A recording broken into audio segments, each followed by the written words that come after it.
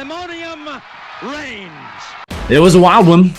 That was the conference championship weekend. Got some things that we expected. So the Big Ten got some things that we did not expect. Says the Pac-12. The SEC. The prediction there going into that was extremely difficult. And I'm going to take full credit for nailing that final score, but I'm not going to take credit because I didn't really know what I was saying. So here we are, another episode in the books. Thanks for hanging out with us. I'm Dan. He's Mike. This is Pandemonium Reigns. We now know what the bowls are looking like, but we're going to spend this episode talking about mainly the SEC championship game and the Pac-12 championship game. Let's begin in the SEC. It was a barn burner. Alabama and Georgia in Atlanta, a 27-24 final. What would you say were the things that we knew going in that happened? Were there any? Like, did we have any expectations going in this, and those expectations actually unfold? If anything along those lines, the only thing I could point to is that Brock Bowers still led Georgia in receiving. As he does for the year, having missed time, he still led them. Watched this game, watched every minute of it.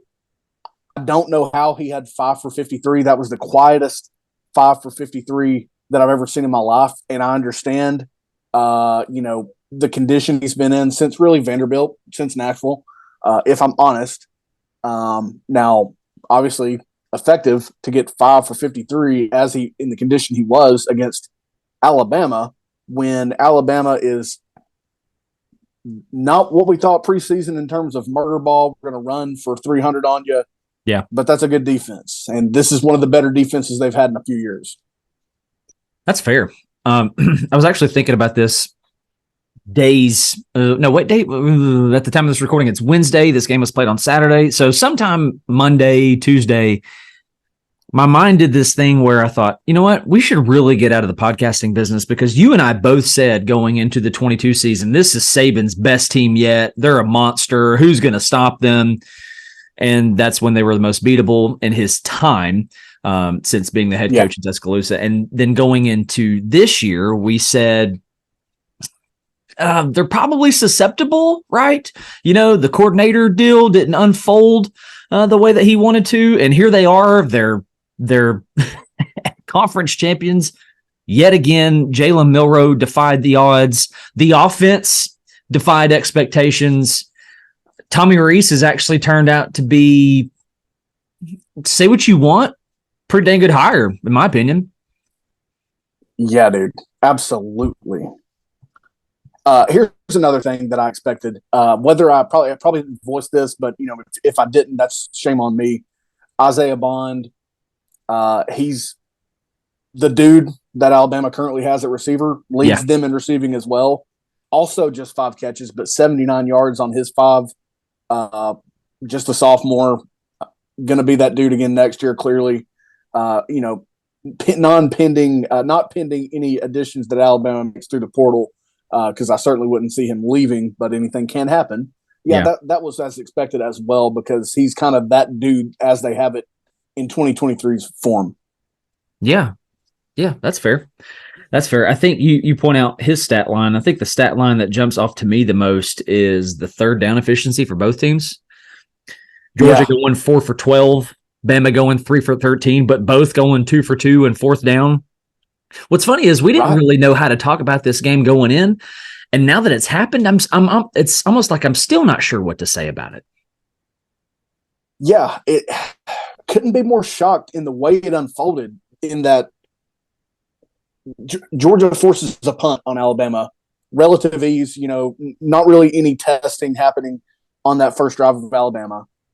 They walk the ball down the field, and they score in a bit of style on that 17-yard run. That looked like Alabama of old on that Kendall Milton run for 17 yards. That looked like Alabama of old. And Milton is an Alabama of old top back. That's what Georgia has transitioned to. They're kind of the Alabama of new a little bit. Yeah. And then the game just flips, and Alabama runs 17 points off, which tell me the last time Georgia gave up 17 unanswered to anybody. Probably would have been Alabama at some point, maybe 2 years ago in this game. They run off 17 unanswered, just a fairly relative, somewhat relative ease as well, and there's going to be complaints about the 4th and 4 Isaiah Bond, catch as it was ruled. And there's some angles where I think it wasn't a catch and should have been looked at. And there's other angles where I'm like, yeah, man, he controlled the ball as he slid across the ground. Yeah. But yeah, I mean, they run off 17 points and you never have a gap larger than 7. I think from there, it might've been 10 again at one point.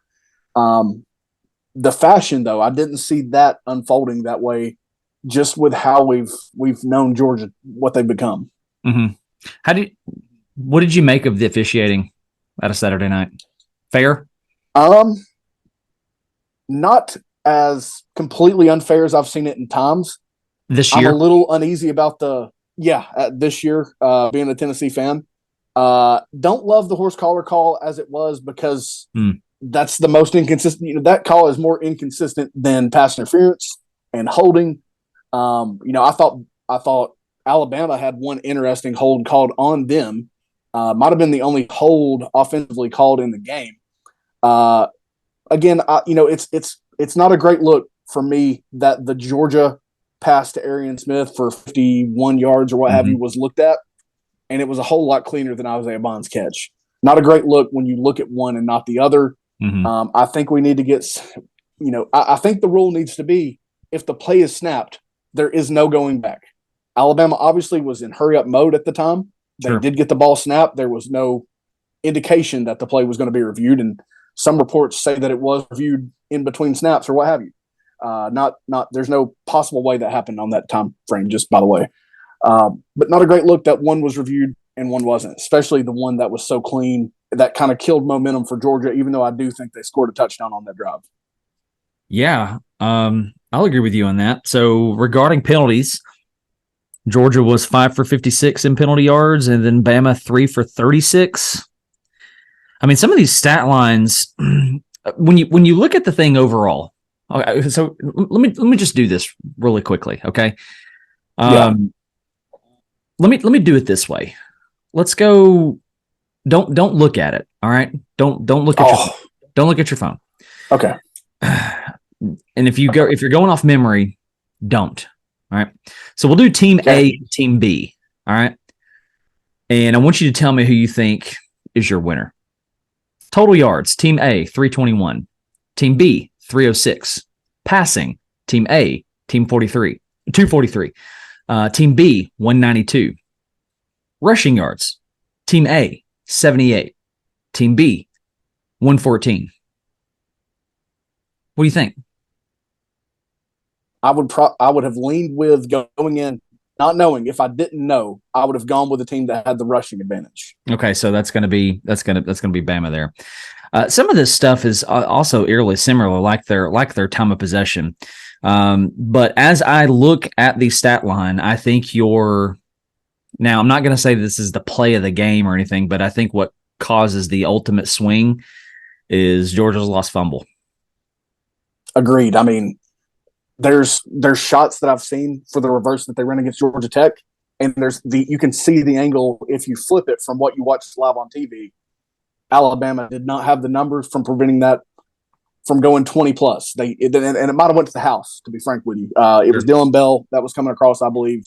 They didn't have numbers to stop that whatsoever. Yeah. And maybe this is the spot. Hear me out on this, because this is probably a stretch. Maybe that's the spot where complacency, or you've just flat out caught so many breaks along the 29 game path. That's where they ran out, because it's not the most extreme play. It's not like they lateraled it back or pitched it, did a double pass or something like that. It was a simple reverse handoff. And Dylan Bell played running back for Georgia when they were so limited when Dejan Edwards was out. And he took running back carries. And they had just hit that play for a big gainer in Atlanta at Georgia Tech a week prior. Oh, yeah. Yeah. It's hard to explain how things like that happen with a team that is so sound and they handle the fundamentals so well. Sure. It's shocking, but I'm with you. That is the difference in the game. Because I'm not willing to say that, here's an unfortunate complaint that I've seen is that the Isaiah Bond catch was not a catch, that it changed the game. That is the 3-point difference in the game or whatever, 4 point. I think they sort of touched down on that. So it's a 4-point difference, whatever. I'm not willing to go that far. I'm sorry. I do think he controlled it well enough. And what I've seen, it's so up for debate any given season, game in, game out. I think he did his part. You talking about Bond? Yeah. Yeah. That's fair. You're going to have to do something to regulate these things. I've considered even putting some kind of review clock in play. You've got a play clock. We need it. You need something for one, just to preserve the speed of the game.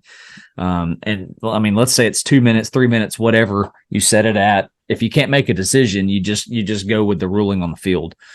That's neither here nor there. Yeah, I do think that game was that play was obviously impactful, but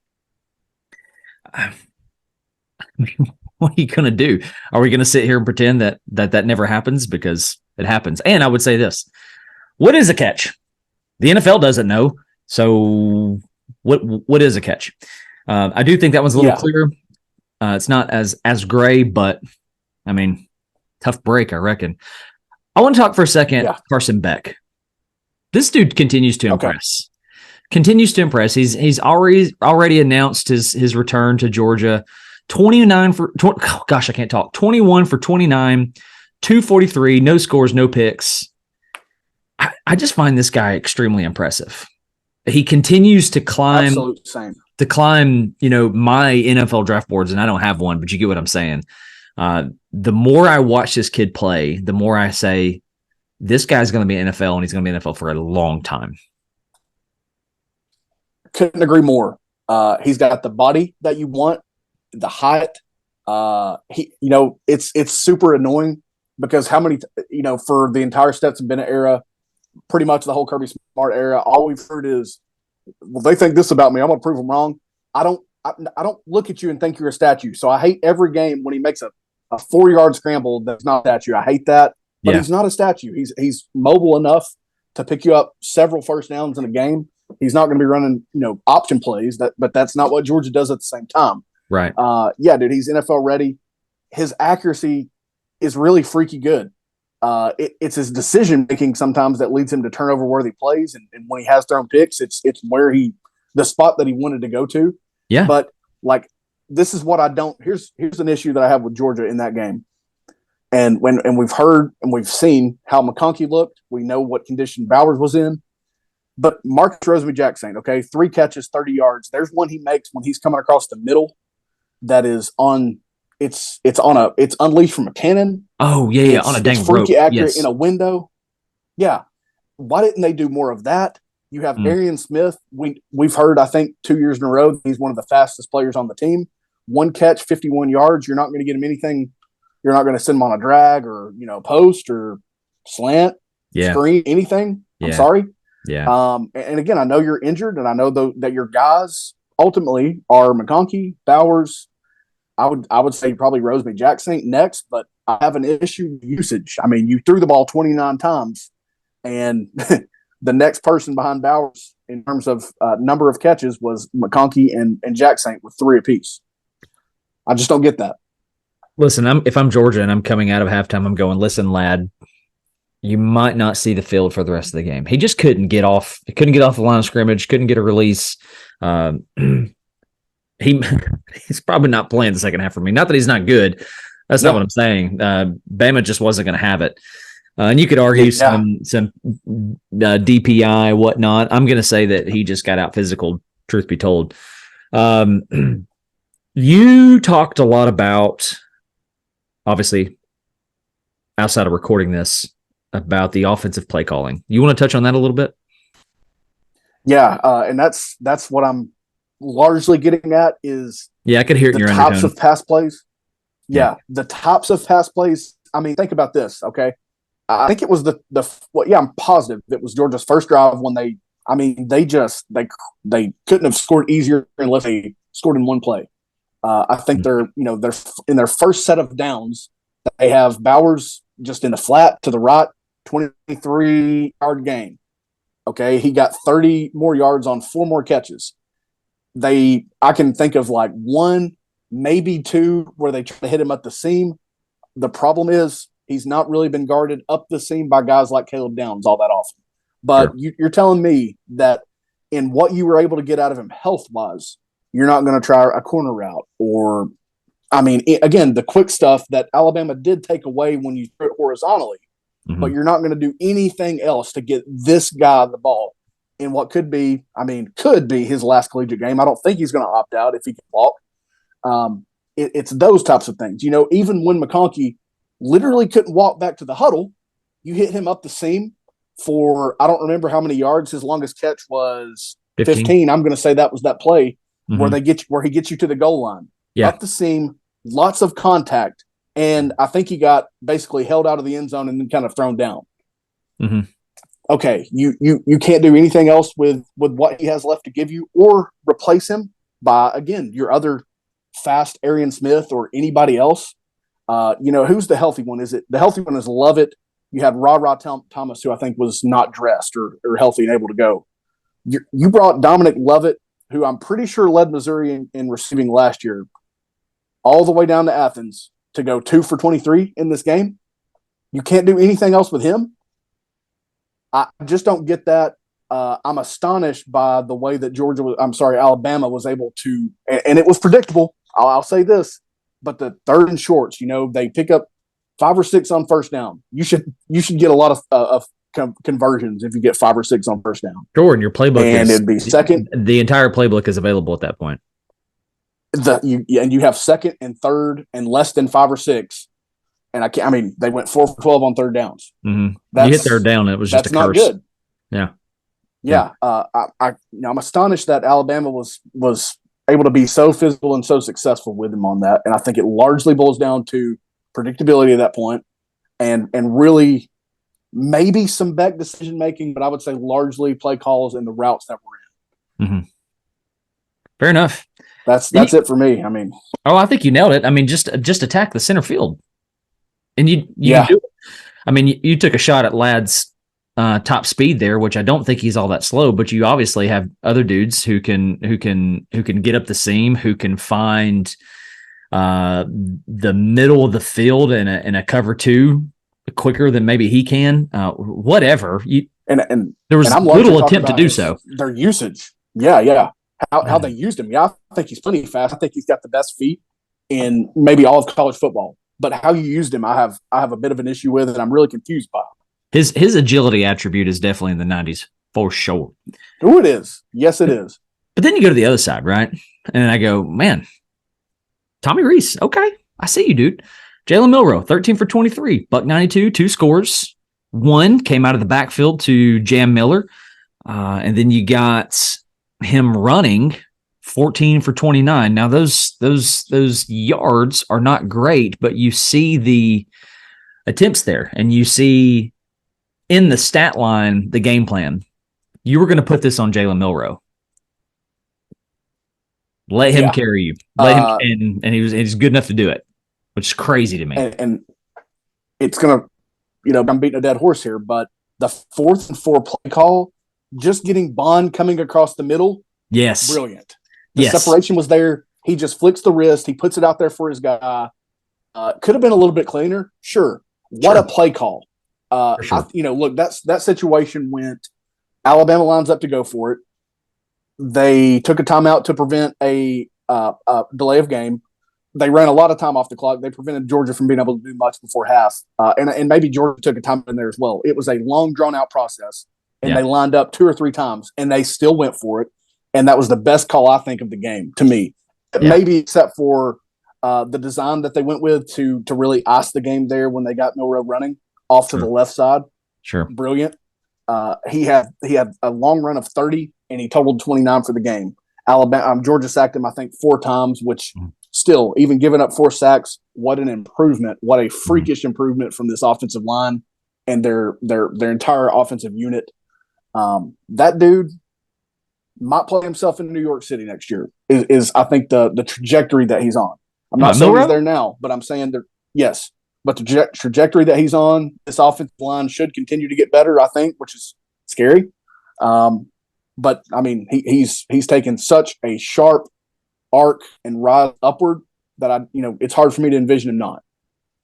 If anybody is telling us that Milroe is playing this well at this time of the year, if you're telling us that in the preseason, I'm probably laughing at you.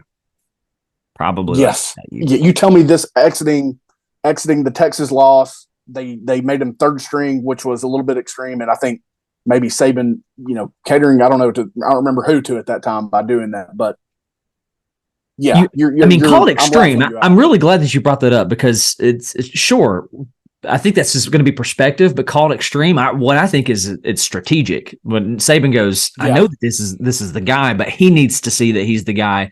Put him on the bench and let him figure it out. So listen, I've become for lack of better words, a fan of Jalen Milroe. I like this guy, and I'm going to compare him this way. Carson Beck is a better quarterback. Jalen Milroe is a better football player who can play quarterback. He's got some. Now the style is different, but he's got some. What we would say about Dobbs. Not a great quarterback, but a great football player who can do the quarterback thing. That's what I would say about Jalen Milroe up to this point, with a much better top end speed than Dobbs, of course. Man, yeah.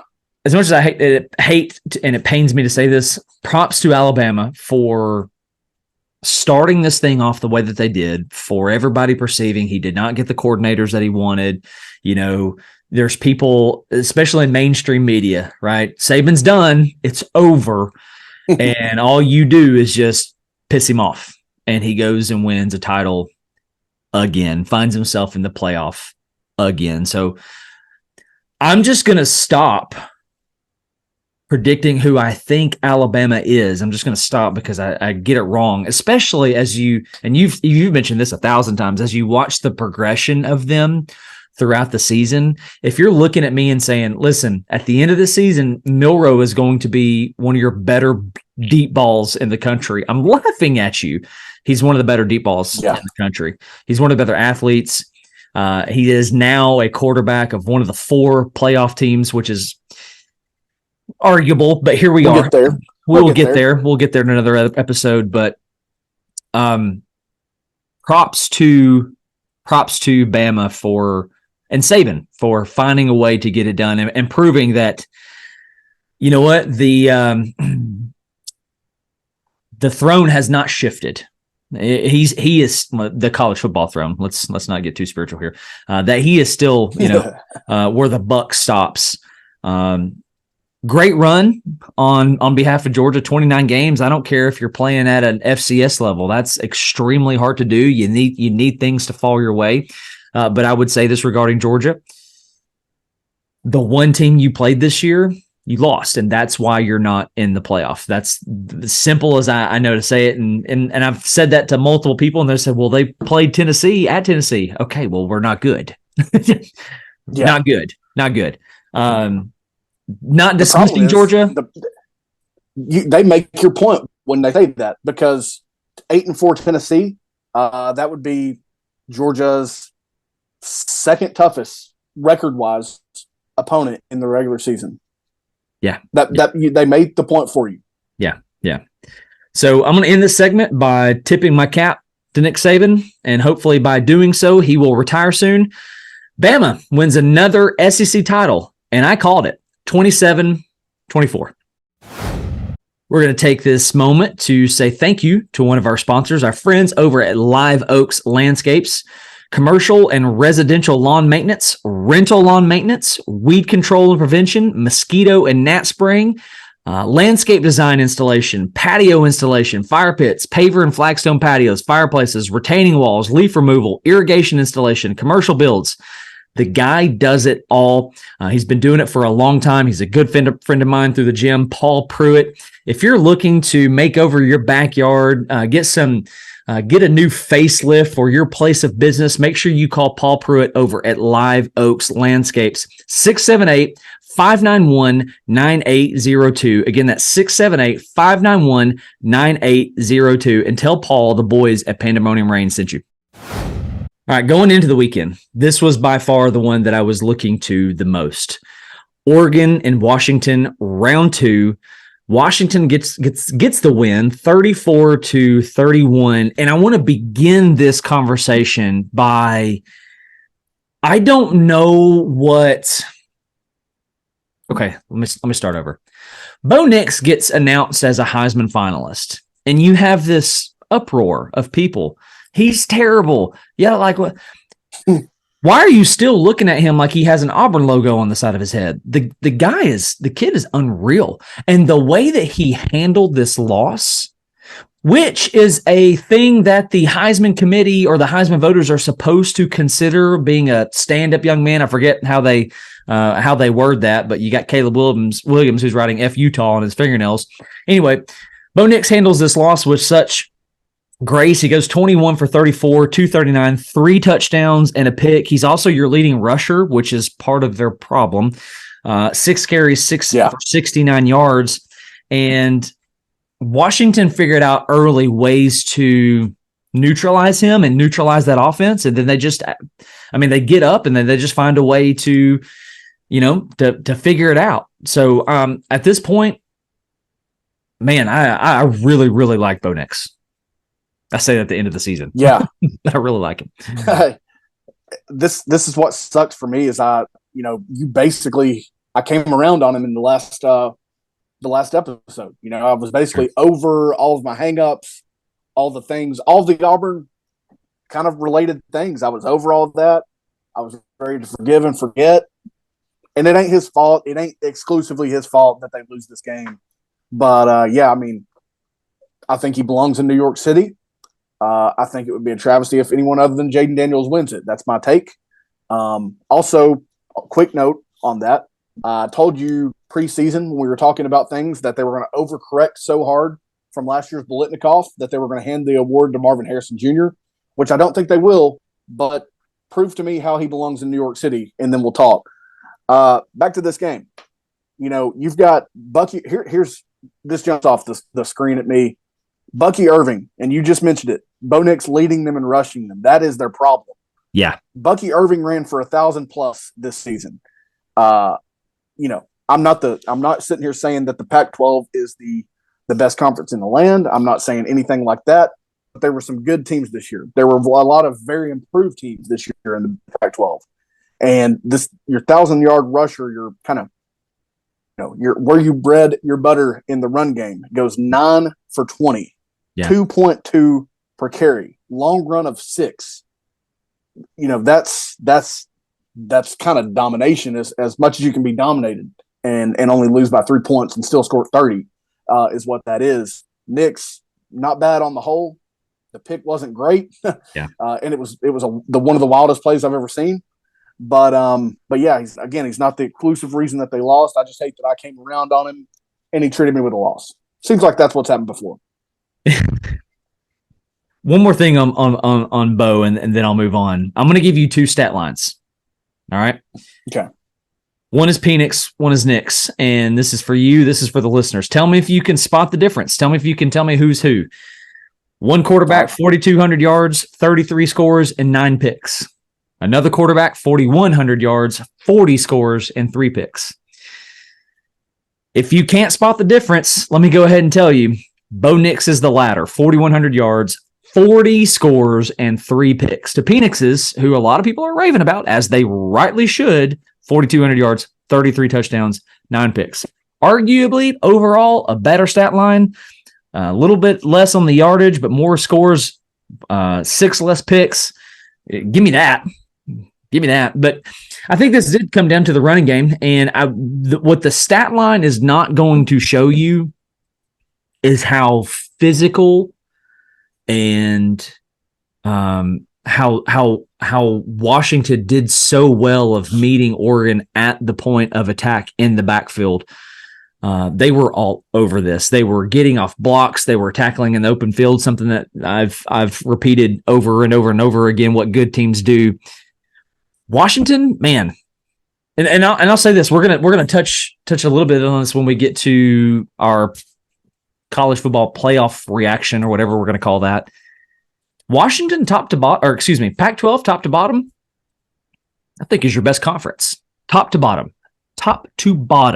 Considering the bottom. Well, Georgia, Bama. Okay. Also, Vanderbilt and Mississippi State. Well, what about Oregon State? Well, they're good. What about Washington State? Well, they're good. Cal. Well, they took USC to the wire. Okay. So top to bottom, your best conference, and Washington just runs through this thing, man. Now they hit some bumps in the road. They were only able to get a defensive score against Arizona State and stuff like that. But I really, really like Washington going into this playoff, just simply due to the fact the way that they handled Oregon in this round 2 matchup. Yeah. I've been of the opinion for 3 weeks to a month that I mean, look, I thought Oregon would cover that 9.5, 10.5, whatever it was, and I probably can look right here. 9.5 is what it shows entering the game. I thought they would cover that. The way that they've been playing, the way that they've not cared who they're playing, they've not taken any games off or had any close games like Washington has. And something that's going to be burned in my memory, at least until, I watch the next series of big games, probably the playoff games and Tennessee's bowl game that I'll be deeply invested in. What I won't be able to get out of my mind is Washington just bullying Oregon. When it came down to it, when it was time to end this game, they put a drive together. They killed clock. They did it on the ground as they needed to. It's bonkers to me how a team can look so bad and rise to the occasion against an opponent the way that Oregon had been playing. Yeah. That's wild to me, and the start of this game, I remember saying to you, I think, and I know to others, did Lanning actually take another job and, just say those nice things to make it, it sound good in the moment because of the way they started the game. Yeah. Credit to Oregon for the fight that they showed, almost fighting back to the win. But I'm going to be so impressed until, again, something else catches my eye with how Washington put that game away physically when they had to have it, running the ball, winning the rushing battle, which I think favors Oregon massively probably on the year. Mm-hmm. I'm going to be wildly impressed by that. And look, they've got a heck of a coach. They've got a heck of a tandem, at least, in Penix and Odunze. I think they actually are potent in this playoff, the way that it sets up right now. I mean, you only mentioned Odunze. You got McMillan and Polk as well. Do what now? And I can't say many years at all. I can't say there's been many years at all where a Pac-12 team is potentially potent in a playoff. Yes. And think about this. Think about how good – I mean, you're alluding to this, how good Michael Penix has been and the zip he can put on it and his ability to hit the deep ball, to dissect things well. You start to look in the rushing game, which is what you pointed out. I about said leading rusher, but your rusher, period. Dylan Johnson, Mississippi State transfer, 28 carries, 152 yards, and 2 scores. Your next, how do I word this? Stat lines after him: Will Nixon, 1 attempt. Jeremy Bernard, 1 attempt. Richard Newton, 1 attempt. Michael Penix has 4, but that's probably him scrambling and getting out whatnot. So your pass game, Penix, everything revolves around him. Ball on the ground, Dylan Johnson says, hold my beer. Watch this. 28 carries, 152 yards, seals the game for these guys. I'm not saying he won it, but he, as you pointed out, he dang sure put it away. Put it away, man. Put it away. And I'll say this one last thing before we end this segment here. Is he not the guy who bashed Leach before he left Mississippi State? Is he not the one? Whoa. Dude, I hadn't even – you texted me that and I forgot about it. Dude, I totally forgot all about that. But he probably is, right? I mean, think about the timing. I'm pretty sure. Yeah.